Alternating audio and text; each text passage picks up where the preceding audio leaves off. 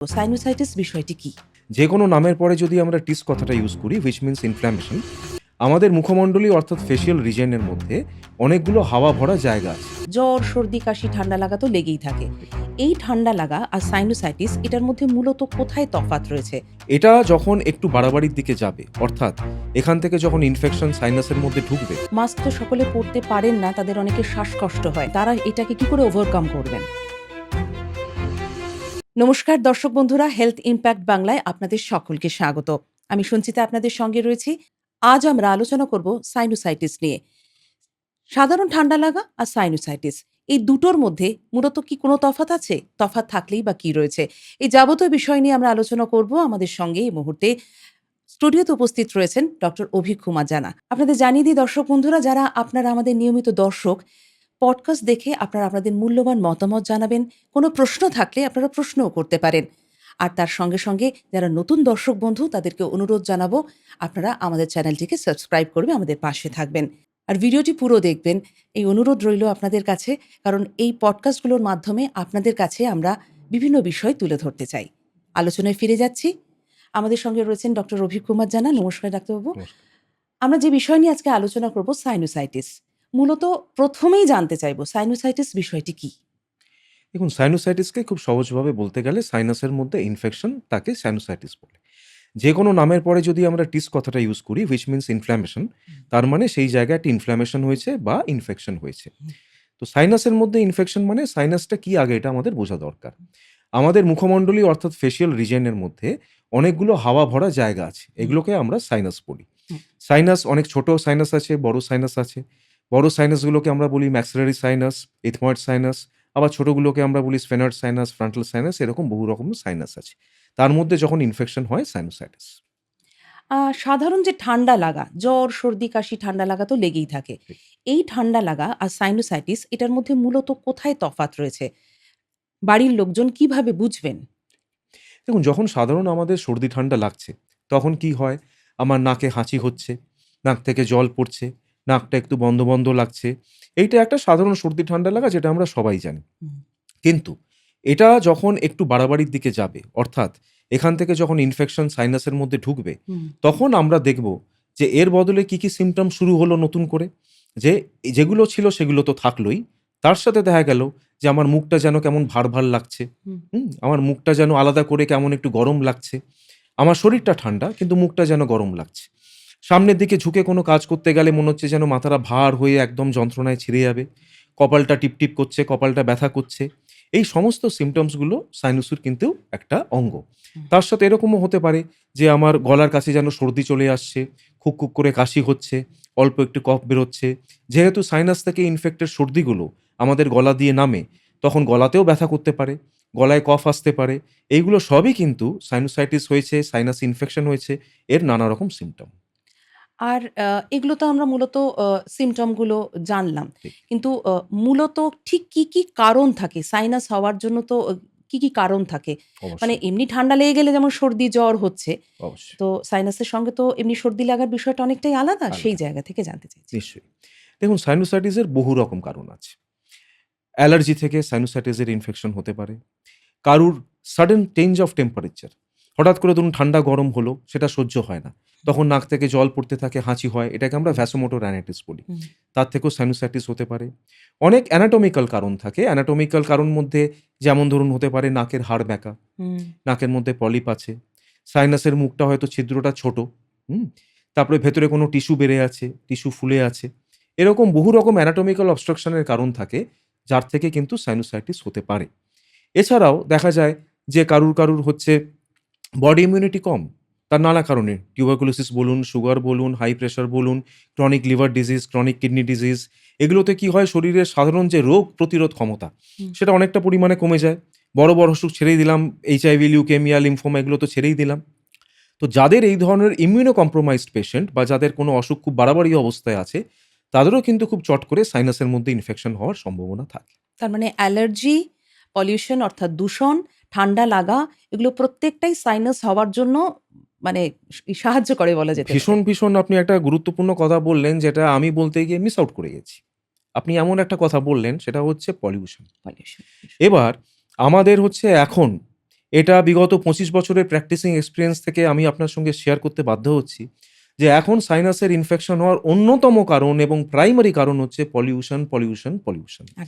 এবং প্রত্যেক মানুষকে এখন কলকাতার যা বর্তমান পরিস্থিতি তার কোনো প্রবলেম থাকুক বা না থাকুক, এখন প্রত্যেক মানুষকে রাস্তায় বেরোনোর সময় নীল রঙের যে সার্জিক্যাল মাস্ক সেটা পরে বেরোনো উচিত। কারণ কলকাতার পরিস্থিতি এখন ভয়ঙ্কর জায়গায় পৌঁছে গেছে। এবার মাস্কের প্রসঙ্গ এলো যখন, একটা জিনিস অন্তত বলব দর্শকদের স্বার্থে, মাস্ক তো সকলে পড়তে পারেন না, তাদের অনেকের শ্বাসকষ্ট হয়। ঠিক। সেই জায়গা থেকে তারা যদি একটু ছোট করে বলেন, তারা এটাকে কি করে ওভারকাম করবেন? এটাও একটা খুব আপনি গুরুত্বপূর্ণ একটা পয়েন্ট রেজ করেছেন। আমরা অ্যাজ এ প্র্যাকটিশনার অনেক সময় দেখি পেশেন্টরা বলছে, "ডাক্তারবাবু মাস্ক পরতে হয়। মাস্ক না পরলে আমি থাকতে পারি না। মানে হুম, মাস্ক না পরলেই আমার ধুলোতে ভীষণ কষ্ট হয়। কিন্তু হুম, মাস্ক পরতে গেলে মনে হয় যেন দম আটকে আসছে।" হুম, যখনই পেশেন্ট এরকম বলছে তখন এটা বুঝে নিতে হবে যে পেশেন্টের কোথাও কোনো অ্যানাটমিক্যাল অবস্ট্রাকশন আছে।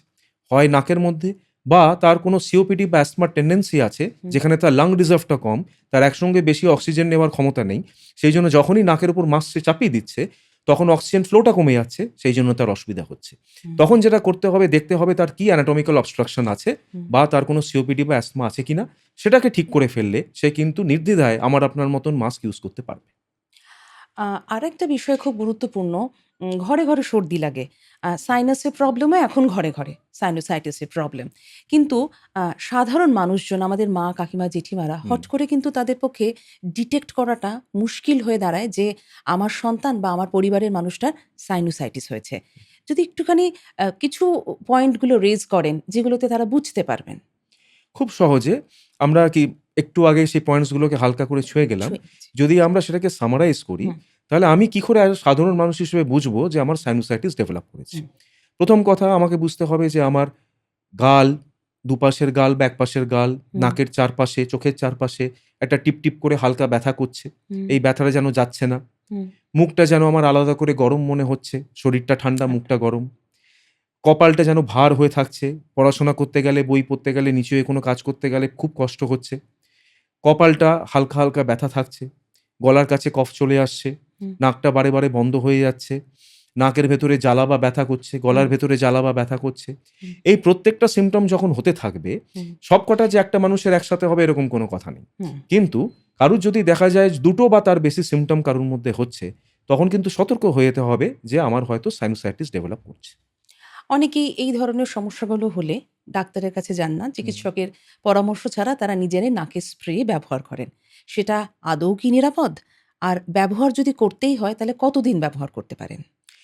এই যে প্রশ্নটা আপনি করলেন, আপনাকে বাহবা দিতে ইচ্ছে করছে, যেটাও একটা খুব ভালো প্রশ্ন। তো নাকের স্প্রে বা নাকের ড্রপ যেটাই আমরা দিই না কেন, সেটা দেওয়ার নির্দিষ্ট কিছু কারণ থাকে। যে আমার নাকটা ব্লক হয়ে যাচ্ছে, নিঃশ্বাস নিতে অসুবিধা হচ্ছে। নাকের ড্রপ এবং স্প্রেটা দেওয়া হচ্ছে একটা সিম্পটোম্যাটিক ইমপ্রুভমেন্ট। অর্থাৎ আমি সিম্পটমসটাকে একটা জাস্ট কন্ট্রোল করছি।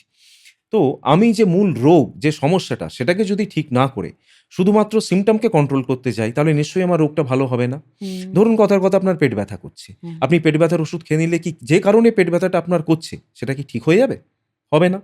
তাহলে পেট ব্যথার ওষুধ খেয়ে কোনো লাভ নেই। আপনি ওটাকে ধামাচাপা দিচ্ছেন। সেই একই ব্যাপার এখানে। অর্থাৎ নাকের ড্রপ দিলে যে আপনার রোগটা সেরে যাবে তা না।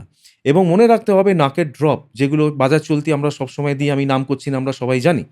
সেইগুলো কিন্তু ম্যাক্সিমাম ৫ থেকে ৭ দিন দেওয়া যায়। প্র্যাকটিশনার হিসেবে আমরা বহু পেশেন্ট এরকম পাই যারা মনের আনন্দে ড্রপ দিয়ে যাচ্ছে। ১ সপ্তাহ, ২ সপ্তাহ, ৩ সপ্তাহ বা আরও বেশি।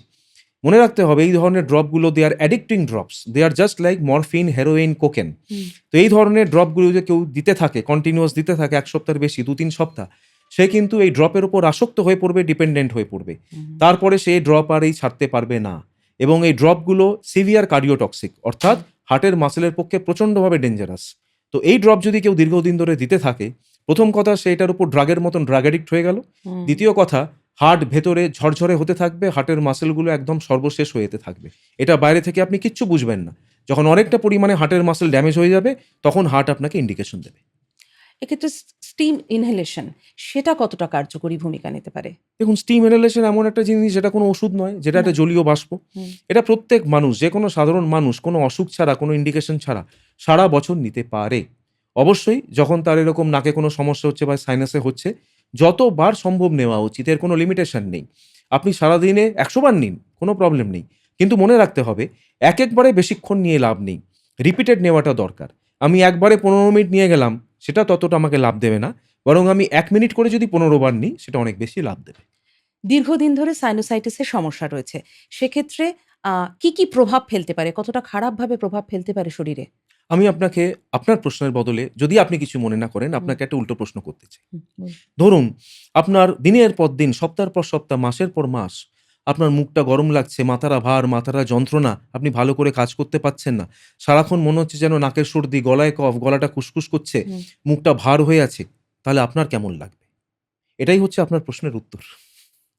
তাহলে এটা যদি ক্রনিক সাইনোসাইটিস কোনো মানুষের থাকে, হ্যাঁ, তার quality of life becomes like hell. হুম। তো সে না পারবে কোনো কাজে মন দিতে, ভালো করে কাজ করতে, কোনো কাজ সে কিছুক্ষণ ধরে টানা করতে পারবে না।